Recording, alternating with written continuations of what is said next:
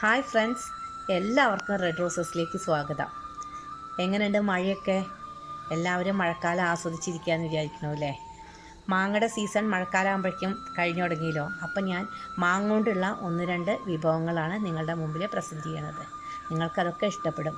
അപ്പോൾ എൻ്റെ വീഡിയോ നിങ്ങൾ ഇഷ്ടപ്പെടുകയാണെങ്കിൽ ഒന്ന് ലൈക്കും ഷെയറും ചെയ്തിട്ട് എന്നെ പ്രോത്സാഹിപ്പിക്കണം.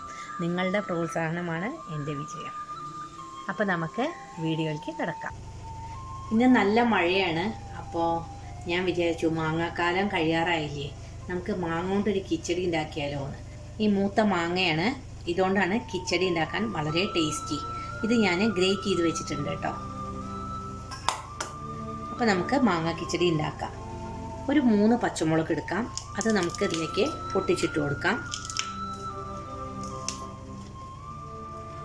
കുറച്ച് ഉപ്പ്,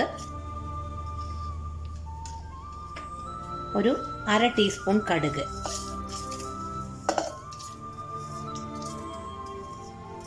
തേങ്ങ,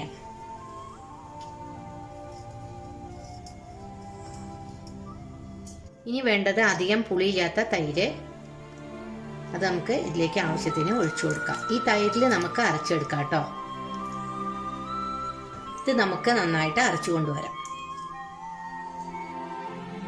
നന്നായിട്ട് അരച്ചു നമുക്ക് ഇതിലോട്ട് ചേർക്കാം കേട്ടോ. എന്നിട്ട് ഈ മാങ്ങയും ഈ തൈരും എല്ലാം കൂടി അരച്ചത് നമുക്ക് ഒന്ന് മിക്സ് ചെയ്തെടുക്കാം. ഉപ്പുണ്ടോ നോക്കട്ടെ.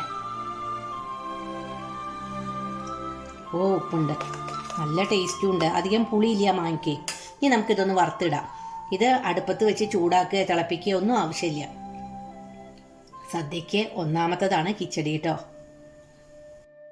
നമുക്ക് ഈ കിച്ചടി ശുദ്ധമായിട്ടുള്ള വെളിച്ചെണ്ണയിൽ തന്നെ വറവിടാം. വെളിച്ചെണ്ണ ചൂടായി കഴിഞ്ഞാൽ കടുക്, ഉണക്കമുളക്, കരിവേപ്പില ഇത് 3 ഇട്ട് കൊടുക്കാം. വെളിച്ചെണ്ണ ഒന്ന് ചൂടാവട്ടെ. ഇത്രയും സിമ്പിളാണ്. അപ്പോൾ നമ്മുടെ കിച്ചടി ഇതോടുകൂടി റെഡിയാവും. നമ്മുടെ വെളിച്ചെണ്ണ ഇവിടെ ചൂടായി. നമുക്ക് ഈ ഇൻഗ്രീഡിയൻസ് ഒക്കെ ഇതിലേക്ക് ഇട്ട് കൊടുക്കാം. കുട്ടികൾക്കൊക്കെ വളരെ ഇഷ്ടമാവും കിച്ചടി.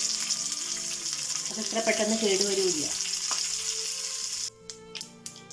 അപ്പോൾ നമ്മുടെ കടുകും മുളകും എല്ലാം പൊട്ടി. നമുക്ക് ഇത് ഓഫ് ചെയ്യാം.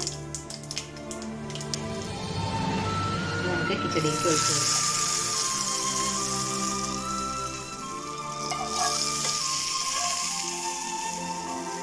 എല്ലാവർക്കും ഇത് ഇഷ്ടപ്പെട്ടു എന്ന് വിചാരിക്കുന്നു. നമുക്ക് പുതിയ വെറൈറ്റി വീഡിയോ ആയിട്ട് ഇനിയും കാണാം. Till then take care, by.